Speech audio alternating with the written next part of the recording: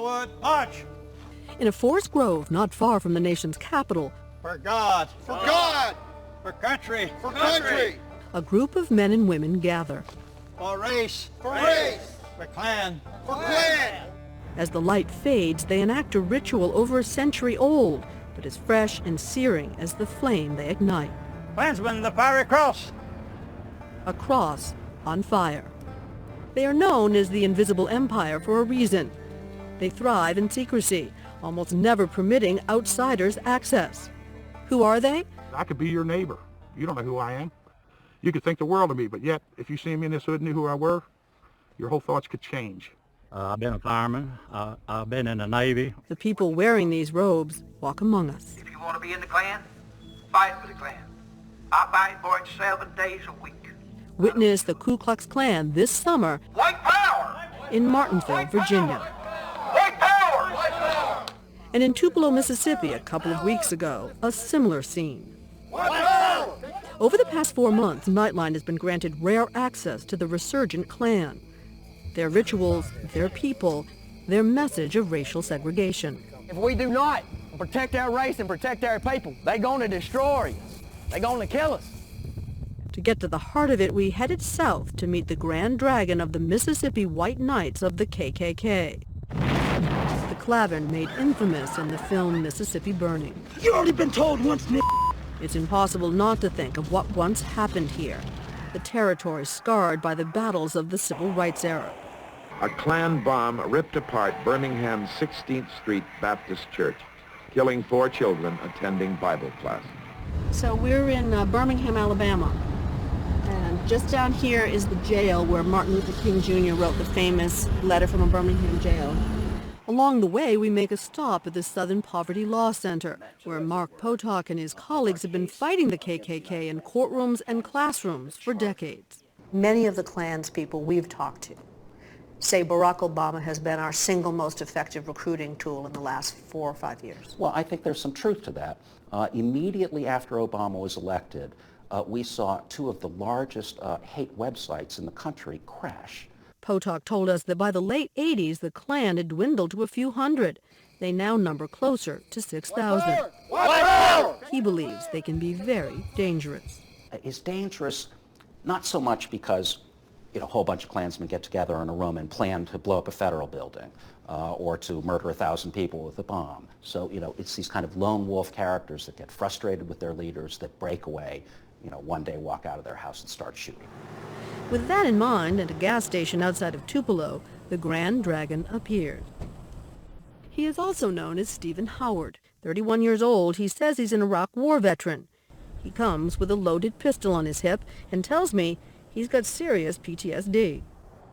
We agree to follow him to a remote location where cell phone service is spotty, next to a trailer by the woods. They ask us not to photograph Howard's 11-year-old daughter, but she is there, as is his wife Nicole, presiding over the food. Between eating and target practice, there's work to be done.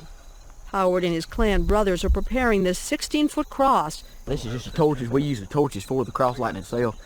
You have to wrap them and you have to put some white baling wire around them. Klansmen, behold the fiery cross! When we come back, the burning cross that's terrorized people for generations, and the frightening message the Klan is sending in the era of a black president. Barack Obama don't care about us. He don't care about America. The air reeks of kerosene. That's what we call a Klan clone. We're at a KKK rally in the heart of Mississippi, a countryside still haunted by memories of lynchings and church bombings from decades ago. Pastor Wallace Hartsfield remembers those days only too well. He witnessed a black man dragged through the streets. They shot the man and they hanged him and then used his body for target practice, so as to teach black folk a lesson. This is what we're going to need some help at. But this is not the distant past. This is just last month in a secluded property in the woods where people have come to join the Grand Dragon Stephen Howard for what they call a cross lighting.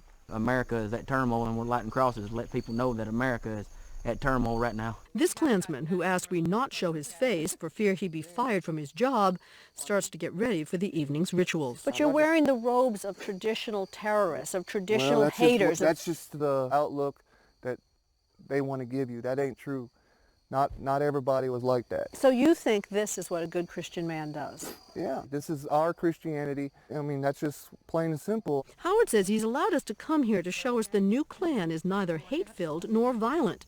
Yet what we heard and saw during our time with them suggests otherwise. Black people and white people are nowhere related. In my opinion, I think black people evolved from animals. And I believe that we need to be separated. Whites and blacks need to be separated. I don't agree with race mixing. Let them set up their own state where they belong and give them their own homeland. And if your daughter, when she got older, came home and said, I want to go out with a black boy, I'd disown her. Wouldn't have nothing else to do with her for the rest of my life. Because of who she loved. No, it's not love. If you love somebody of your own race. Who decreed that? God decreed that. Jesus decreed that. I thought Jesus said love each other. But Jesus said love your neighbor. But if you read the Bible... As yourself. You know, there's an argument to be made that by our covering the Ku Klux Klan, we play into their hand. We help them recruit. What do you make of that? Every time you have a story on the front page of the local newspaper about a Klan rally or something along those lines, the Klan or that particular group does get a member or two. On the other hand, 99.9% people who read about that are essentially inoculated against them. I think it's actually harming them more than it's helping them in the end. Back in Mississippi, as night falls, Steve and his wife Nicole tell us something stunning about Steve's 11-year-old daughter, who is here for all of the night's proceedings. Your 11-year-old daughter has a woman? Mm-hmm. She has her own room. So she was 8. And she chose? She wanted it. But do you think at 11 she can understand? I think she understands more than what people. Children are very perspective. She has a beautiful robe. She wants to be like her daddy. That's the first time I've actually robed up, so it's a little bit big on me. And now it's time for all members of the group to robe up. Where you at, Mom? I'm right here, son. I'll get you. I've read in some of the literature that there are some people who think that if Barack Obama is reelected, the storm, something they call the storm, is going to come. Oh, it's going to happen. What's the storm? I fear it. War. And he's going to start it. He's going to start it. I fear it. I feel it. I feel it coming on. And it ain't just me. It's just, it's going to be another war in this United States of America. If he gets elected back to office, it's going to happen. If he gets 4 more years, Barack Obama will ruin this country. And white people will be in concentration camps. And if you don't believe white people can't be in concentration camps, people sadly mistaken. And his solution to avoid this supposed impending storm is an all-white South, where all blacks, Hispanics, and Jews are banned, given someplace else, he says, to live in America. I want to make sure I understand you. If the goal is white separatism, separating the races, the only way to separate the races is using violence. You're not going to be able to just say nicely, please leave. If they will peacefully go, then yeah. But if they won't peacefully go, that's the only way is through violence. Is through making them go. That's it. And you'd be willing to be part of that. It's a race war you're talking about, essentially. Very much so. His hero and predecessor was a convicted murderer and former head of the Mississippi White Knights. What do you think about Sam Bowers? He's the greatest Klansman that ever lived. Well, Sam Bowers was accused and convicted of murder. I don't endorse murder. What about other forms of violence? I don't endorse murder. I guess that means that other forms of violence may be okay. You have to form your own opinion on that. These words seem particularly ominous as the members line up, preparing to head into the woods to enact a tradition that has haunted the American consciousness for more than a century. Klansman, do you accept the light? Yes, sir. The Grand Dragon, Stephen Howard, leads his fellow Klansmen in that notorious ceremony. Klansman, do you accept the light? Yes, I do. Klansman, do you accept the light? I accept this light. It is legal done here in the woods on private property. It is 10 years in federal prison if done on a black family's lawn to intimidate them. Klansmen for Mississippi! Mississippi! Klansmen for America! For America! Klansmen, behold the fiery cross, still brilliant. All the troubled history failed to quench its humble flame. Let me say that the cross is an inspiration, a sign of the Christian religion, a symbol of faith, hope, and love. We do not burn but light the cross to signify that Christ is the light of the world. White power! White power! White power! As the fiery cross is reduced to a few sparking embers, the Clattern members leave the clearing and head back to the trailer. I just want to ask you one other thing about the gun. You have it with you all the time? Everywhere I go, concealed weapon. U.S. government gave me that. I lost a lot of good friends of mine. Fight for this country for nothing. For nothing. All because of the U.S. government. You're mad at the government. I'm very mad at the government. I mean, yeah, I do. I got a lot of hate in me. A lot of hate for nothing. I got a lot of built up in me. A lot of hurt. Pastor Hartsfield knows all about hurt. It hurts deeply, and I struggled for a long time not to hate those people.